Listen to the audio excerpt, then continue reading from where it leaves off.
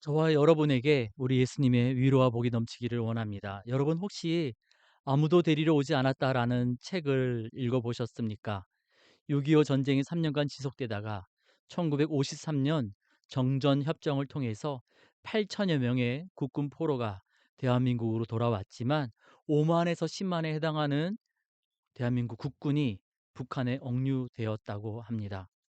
1992년 중국과 수교가 이루어지면서 2010년까지 약 80여 명의 국군 포로분들이 북을 탈출해서 대한민국으로 돌아오셨는데요. 그분들의 아픔과 상처를 취재하여서 책으로 엮어낸 것이 바로 아무도 데리러 오지 않았다라는 책입니다. 지난 6월 6일은 현충일이었는데요.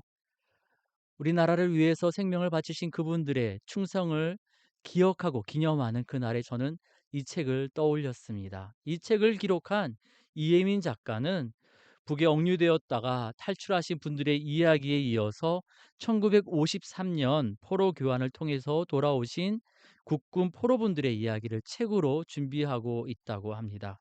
이제 90이 넘으신 그분들이 전쟁터와 포로 수용소에서 경험했던 이야기를 유언처럼 남기시는 이유는 자신이 경험한 전쟁의 참혹함과 그 고통과 아픔을 후대 사람들이 다시 겪지 않기를 원하기 때문입니다.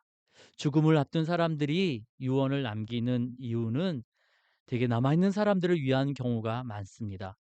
요한복음 13장 1절에 보니까 우리 예수님은 곧 십자가 사건이 이루어질 것을 아셨다라고 기록하고 있습니다.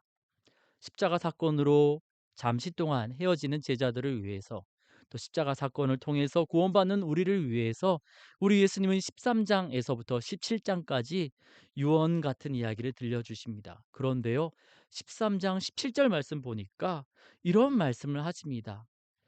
이것을 알고 행하면 복이 있으리라. 무엇을 알고 행하여야 예수님 약속하신 복을 누리게 될까요? 오늘 말씀에서 세 가지로 알려주시는데요. 첫 번째로 믿음의 고백대로 행하는 자에게 복이 있다 알려주십니다. 요한복음 13장에서 우리 예수님은 제자들의 발을 씻겨주십니다. 제자들의 발을 씻겨주신 다음에 12절에 내가 왜 너희의 발을 닦아주었는지 아느냐 물어보시고 그 의미를 설명해 주십니다. 제자들은 예수님을 선생님 또는 주님이라 불렀는데요. 제자들이 그렇게 부르는 것이 그 고백이 틀린 것이 아니라 그렇게 입으로 고백한다라면은 그 고백대로 살아야 한다라고 알려주십니다. 그래서 14절 말씀 보니까요. 너희도 서로 발을 닦아주는 것이 옳으니라 말씀하시고 15절에 너희도 이렇게 행하도록 본을 보이셨다 말씀하십니다. 제자들도 예수님을 주로 고백하는 저와 여러분 우리도 예수님처럼 행할 수 있도록 본을 보이셨다는 겁니다. 4절 말씀 보니까 예수님께서 식사하시는 도중에 제자들의 발을 닦아주셨다 기록하고 있습니다. 오늘날처럼 포장되지 않은 도로, 또 먼지가 많은 지역적인 특색, 또 그 시대의 이 신발의 이 구조로 인해서 구약시대 때부터 발을 닦아주는 문화가 있었습니다. 그런데 보통 식사 전에 발을 닦지 식사하는 도중에 발을 닦는 경우는 흔하지 않았었거든요. 예수님은 제자들과 식사하시면서 제자들의 어떤 행동, 제자들의 어떤 그 대화를 들으시고 일어나서 발을 닦아 주십니다. 무슨 대화를 나누었던 것일까요? 누가복음 22장에 보니까 이 장면에 대해서 이러한 설명을 덧붙이고 있습니다. 그들 사이에 그중 누가 크냐 하는 다툼이 난지라. 제자들은 예수님이 잡히시는 그날 밤 십자가를 앞두고 성찬을 나누어 주시는 그 시간에도 누가 더 크냐 다투고 있었습니다.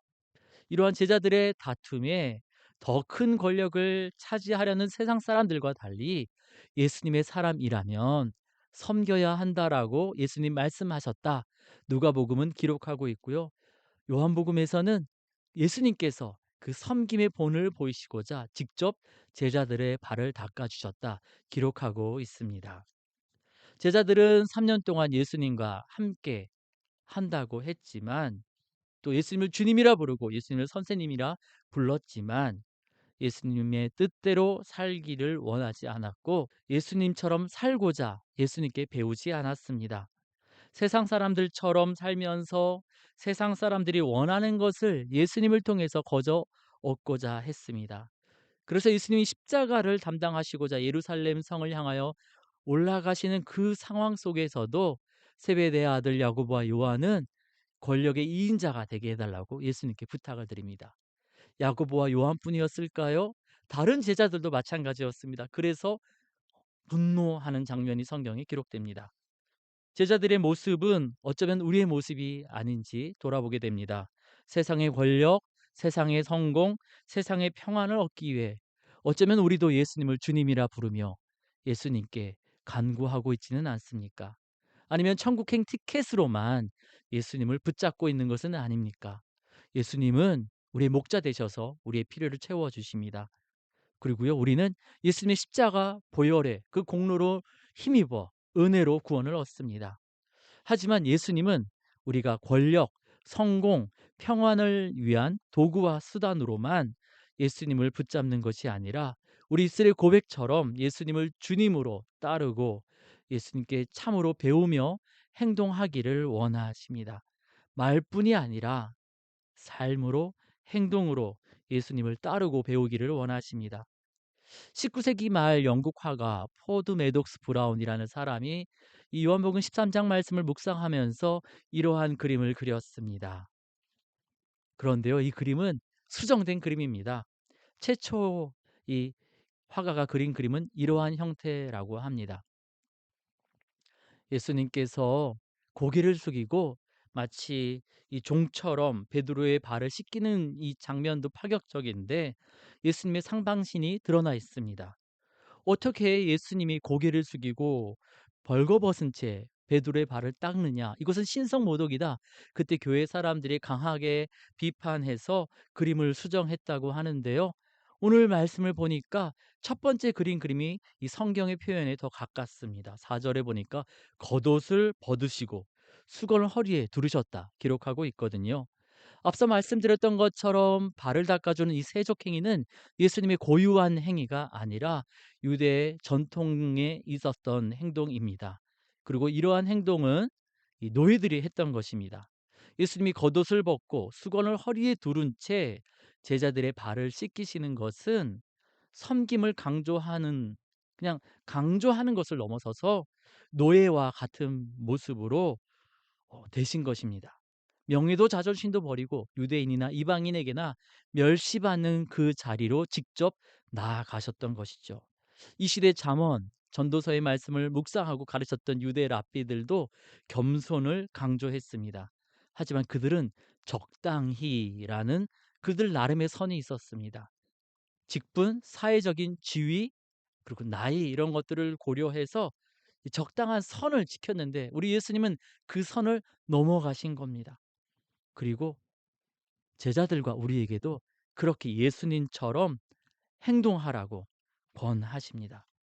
하나님의 아들 예수님께서도 그리하셨는데 담임 목사라고 항존직이라고 나이가 좀 많다고 우리가 점잔을 빼거나 사람들의 눈치를 보면서 적당히 섬기는 것이 옳겠습니까? 어떤 사람들은요, 이 말씀을 자신이 아니라 다른 사람들에게, 특별히 어떤 직분을 가진, 특정한 직분을 가진 사람들에게 적용할 때가 있습니다. 그런데 복음서를 보니까 우리 예수님은 제자들만이 아니라 예수님을 따르는 모든 무리들에게, 예수님을 주로 고백하는 모든 사람들에게 예수님을 따라 살아갈 것을 요구하십니다. 그렇게 살면 어떻게 될까요? 사도행전 11장 말씀을 보니까 베드로가 그동안의 전통과 기준을 넘어서서 하나님께서 말씀 주시는 대로 그대로 따르고 그대로 행동했습니다. 그래서 이방인에게도 복음을 전했습니다. 그리고 바나바는 예수님의 사랑으로 사도 바울을 용서하고 찾아가서 품어주며 함께 동역하게 합니다. 그렇게 예수님의 말씀을 가르치고 말씀대로 실천하며 행동하였더니 예수님을 경험했던 사람들, 예수님에 대하여 들었던 사람들이, 우리가 보고 경험하고 들었던 예수님과 비슷한 사람들이 당신들입니다 하면서 예수님의 사람, 예수님께 속한 사람이라 하여 초대교회 성도들을 그리스도인이라 부르기 시작했다는 겁니다. 이 시대 초대교회 성도들은 숫자가 많지 않았습니다. 초대교회 재정은 많지 않았습니다. 초대교회 공동체의 역사는 길지 않았습니다. 하지만 예수님을 주라, 선생이라 입술로만 고백하는 것을 넘어서서 삶으로, 행동으로 그렇게 살았더니 그리스도인이라 불려진 것입니다. 우리 한국교회 초창기에도 그랬습니다. 1919년 조선의 총 인구는 약 1600만이었다 합니다. 그때 이 개신교인, 기독교인은 30만 정도였다고 합니다. 2%가 넘지 않았던 것이죠. 그런데 예수님을 입술로만 주님이라 선생님이라 고백하지 않고 나이와 직분에 상관없이, 사회적 지위에 상관없이, 사람들의 평판에 상관없이 삶으로, 행동으로 따르고 배웠더니 1919년 3.1 운동이 일어났을 때 민족대표 33분 가운데 16분이 우리 한국교회 선배들이셨습니다. 그만큼 선한 영향력을 흘려보내고 사회적인 신뢰를 얻었습니다.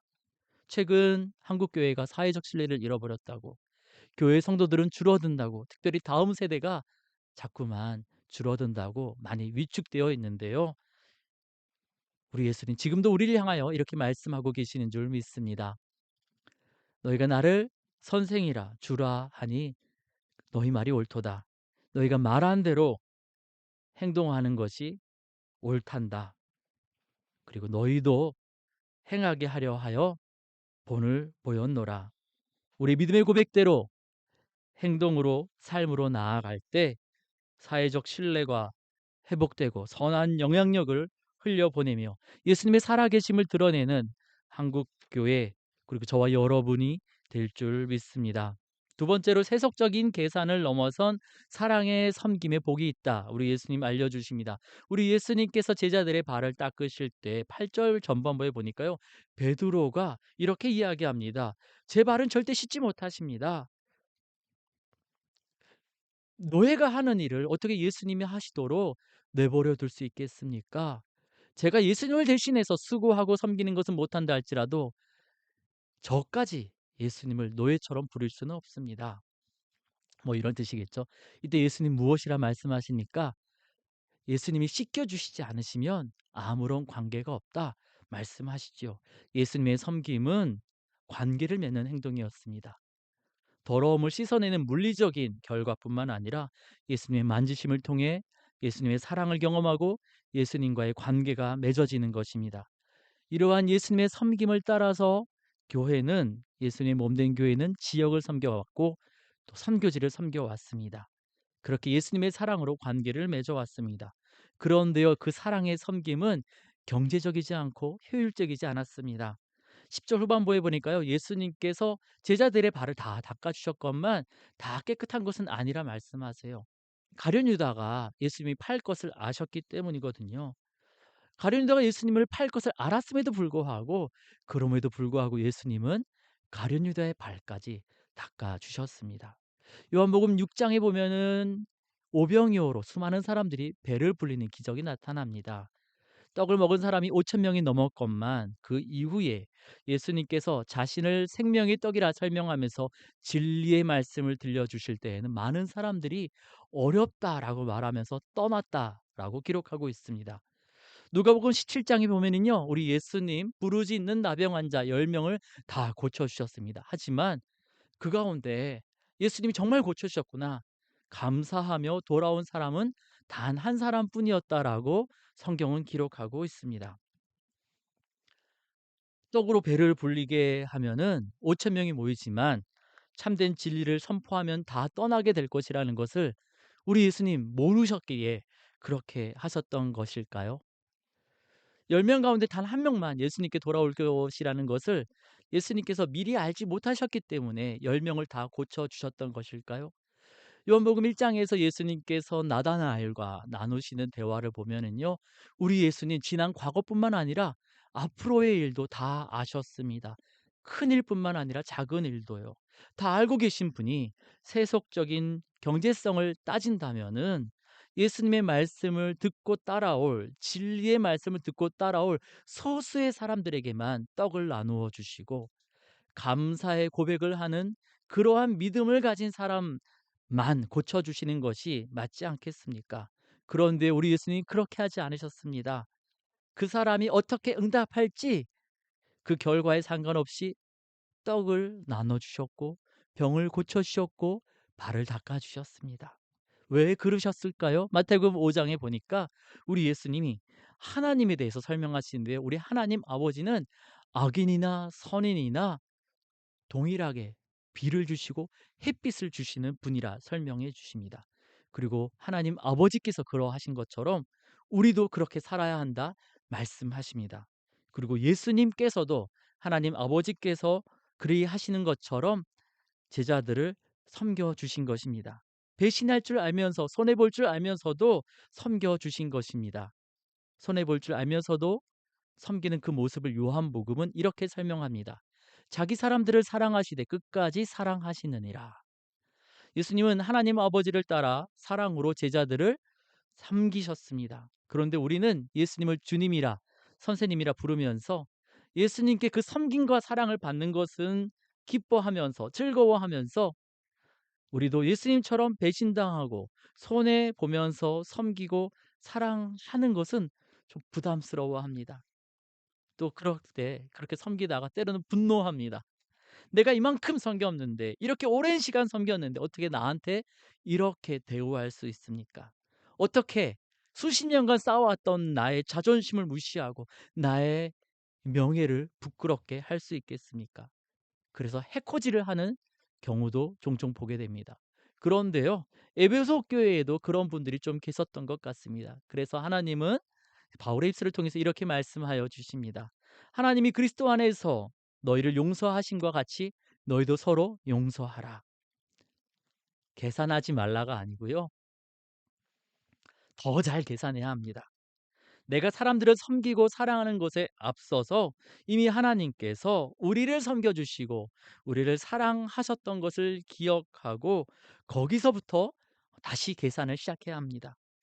예수님도 하나님의 사랑을 누리고 계셨습니다. 하나님께서 얼마나 아들 예수님을 사랑하고 기뻐하셨는지 세례 받으실 때 변화산에 오르실 때 세상 사람들이 그 지역에 있던 사람들이 다 듣도록 막 그 사랑을 표현하시잖아요. "이는 내 사랑하는 아들이요 내 기뻐하는 자라."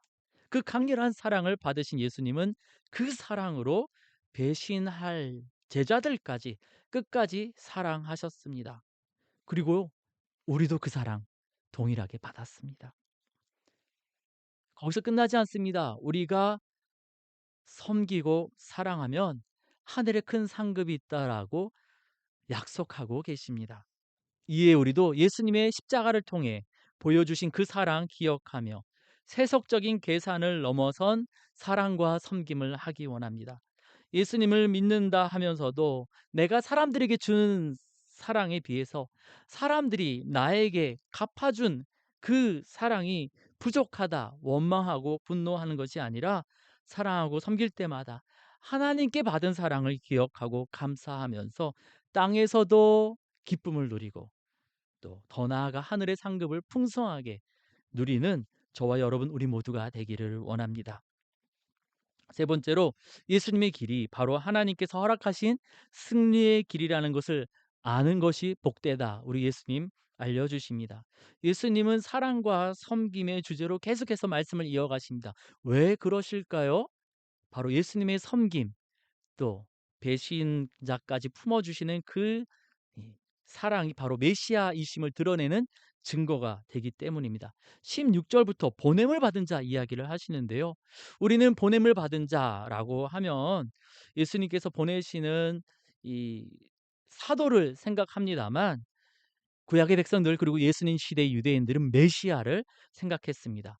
보냄을 받은 자가 메시아이면 보낸 자는 누구입니까? 하나님이시죠.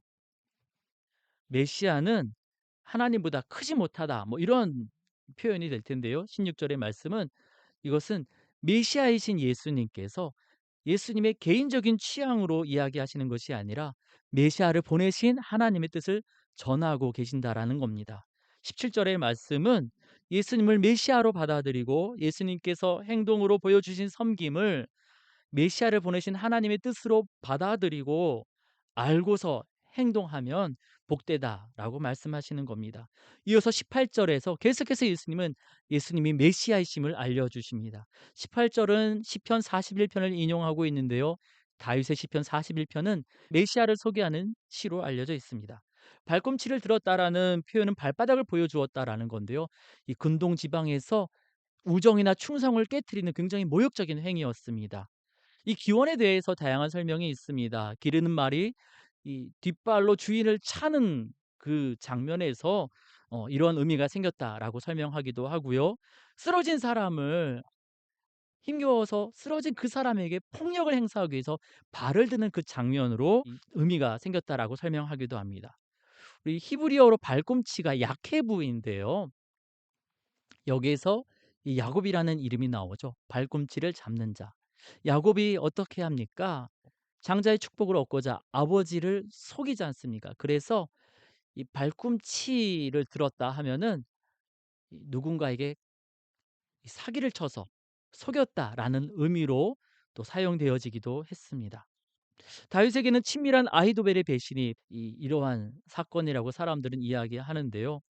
시편 41편을 통해서 장차 하나님께서 보내실 메시아에게도 이러한 일이 있을 것이라 구약의 사람들은 기억했습니다.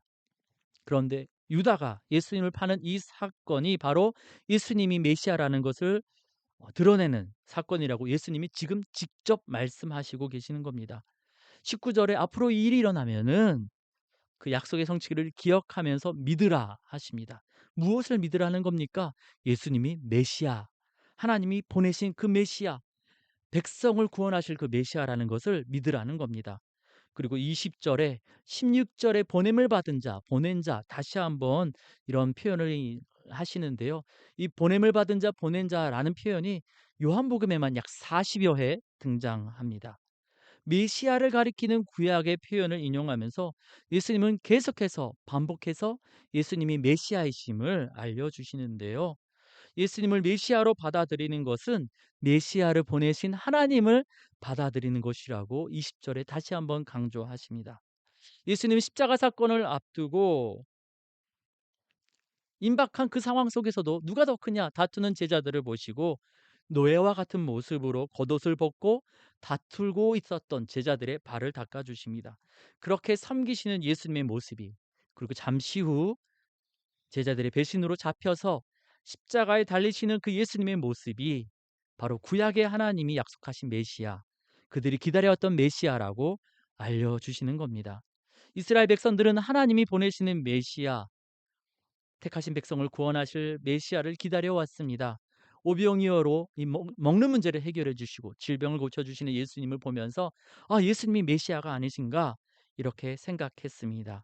이제 눈에 보이는 그 메시아의 능력과 힘으로 로마 정부를 무찌르고 현실적인 문제를 해결하고 우리를 구원하실 거야 기대했습니다. 그래서 그 능력에 힘입어 세상적인 권력을 얻고자 세베대의 아들 야고보와 요한이 예수님께 부탁했던 것이죠. 그리고 베드로도 이 권력자이신 메시아이신 예수님이 노예처럼 발을 닦으시다니요. 그럴 수 없습니다. 그렇게 이야기했던 것입니다. 잘못된 메시아관을 가지고 있었기에 그들은 예수님이 체포되시는 그날 밤에도 누가 더 크냐 다투었고 예수님 앞에서는 큰 소리를 쳤건만 정작 예수님이 체포되시자 예수님을 저주하면서 배신합니다. 어쩌면 오늘을 살아가는 우리도 그때 그 사람들처럼 왜곡된 메시아관을 가지고 세상의 성공과 권력을 다스리는 그러한 예수님만을 꿈꾸고 있는 것은 아닐까요? 아니면 나와 내 가족의 기도에 즉각적으로 응답하시는 예수님, 내 인생에서만 고난과 십자가를 면제해 주시는 예수님을 꿈꾸고 기대하는 것은 아닐까요? 그런 예수님을 꿈꾸고 기대하다가 기도 응답이 더디거나 내가 원하는 방식대로 되지 않으면 의심하고 결국 예수님을 저주하고 떠났던 베드로처럼 예수님을 떠나고 있지는 않습니까? 대통령이나 국회의원이 되고 좋은 학교에 들어가고 큰 대기업에 이 중직을 하거나 또 큰 집, 큰 차를 몰아야 이 하나님께 영광이 되고 하나님의 뜻을 이루는 것이라 생각하십니까? 물론 하나님께서 그러한 사람들을 통해서도 또 많은 일들을 하십니다만, 예수님은 오늘 말씀을 통해서 다른 이야기를 들려주십니다. 눈에 보이는 승리가 아니라 우리 눈에 보기에는 마치 실패, 패배처럼 보이는 노예가 된 사람처럼 섬기는 예수님의 모습이, 다 알면서도 배신당하고 아픔을 경험하는 예수님의 모습이, 아무 죄가 없음에도 불구하고 죄인처럼 십자가에 죽으시는 예수님의 모습이 바로 하나님이 보내시는 메시아라고 알려주십니다. 세상적인 성공만이 하나님의 뜻이 아니라 메시아 되시는 예수님의 길을 따라가는 것이 하나님의 뜻이라고 알려주십니다. 1등이 되지 않더라도 배신이나 상처, 아픔이나 갈등에 흔적이 없는 깨끗한 모습이 아니라고 해도 괜찮습니다. 발처럼 가장 더러운 부분을 서로 씻어주고 닦아주면서 섬기는 그러한 사랑으로 나아가는 것이 바로 하나님의 뜻이라고 알려주십니다. 예수님을 하나님께서 약속하신 메시아로, 구원을 주시는 메시아로 받아들인다는 것은 예수님께서 십자가에서 흘려주신 보혈의 공로를 믿음으로 구원받고 자유케 된 자이면서, 또한 그 값을 지불하신 예수님께 속한 자로, 예수님의 소유된 자로 예수님이 사셨던 것처럼 예수님을 따라 살아가는 것입니다. 합격과 성공을 포기하는 것이 아니라 그러한 자리에 오르지 않아도 하나님 사용하시니 예수님을 배우고 예수님을 따라가는 것입니다. 그리고 합격과 성공의 자리에 올랐을 때에도 사랑으로 겸손히 섬기신 예수님, 배신자까지 품어주신 예수님께 배우고 예수님을 따라 섬기고 품어주며 사는 것입니다. 손해볼 줄 알면서도 먼저 사과하고, 칭찬받지 못할 줄 알면서도 묵묵히 자리를 지키고, 알아주지 않을 줄 알면서도 기도하고, 배신당할 줄 알면서도 한 번 더 사랑하라는 겁니다. 그렇게 살아가면 실패할까 봐 걱정이 되십니까? 그런데 우리 예수님 그렇게 사시고 그렇게 십자가에 달리심으로 실패하셨습니까? 살아계신 하나님은 우리 예수님의 순종과 헌신을 받으사 온 인류의 죄 문제를 해결해 주셨고, 더 나아가 예수님을 높이셨습니다. 나의 때에 내가 기대하는 방식으로 내가 이루지 못한다 할지라도 하나님의 때에 하나님의 방식으로 하나님께서 온전히 이루시니 우리는 실패를 걱정할 필요 없습니다. 그리고 예수님을 살리신 것처럼 우리도 살리실 것이고, 예수님을 높이신 것처럼 우리도 높이실 줄 믿습니다. 하나님을 모르는 세상은 패배라고 부를지 모르지만, 예수님의 길을 따라가면 하나님께서 약속하시는 온전한 승리를 누리게 될 것이라 우리 예수님은 알려주십니다. 그래서 예수님은 이것을 알고 행하면 복이 있다 말씀하십니다. 70여 년 전 전쟁의 참혹함을 경험했던 우리 대한민국의 선배분들은 그 고통과 아픔을 유언처럼 기록으로 남겨주셨습니다. 남아있는 우리가 다시는 그 고통을 겪지 않기 원하셨기 때문입니다. 예, 우리가 그 기록을 읽으며 전쟁이 아닌 평화를 준비해야 할 줄 압니다. 그리고 약속하신 메시아로 오신 예수님은 십자가를 하루 앞두고 제자들의 발을 닦으시며 유언 같은 이야기를 들려주십니다. 남아있는 우리가 고통이 아니라 참된 복을 누리길 원하시기 때문입니다. 이 우리가 예수님의 말씀을 듣고서 입술만의 고백을 넘어서 삶과 행동으로 예수님을 주님으로 모시고 예수님께 배우고 예수님을 따라 살아가기를 원합니다.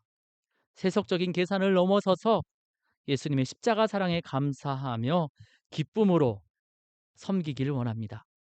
세상적인 방법이 아니라 하나님의 방법으로 승리하신 메시아 예수님을 따라 우리도 하나님의 방법으로 승리하기를 원합니다. 우리가 이것을 알고 행하면 복이 있으리라 예수님의 말씀이 우리의 삶의 자리에, 우리의 인생 가운데 성취될 줄 믿습니다. 기도하겠습니다.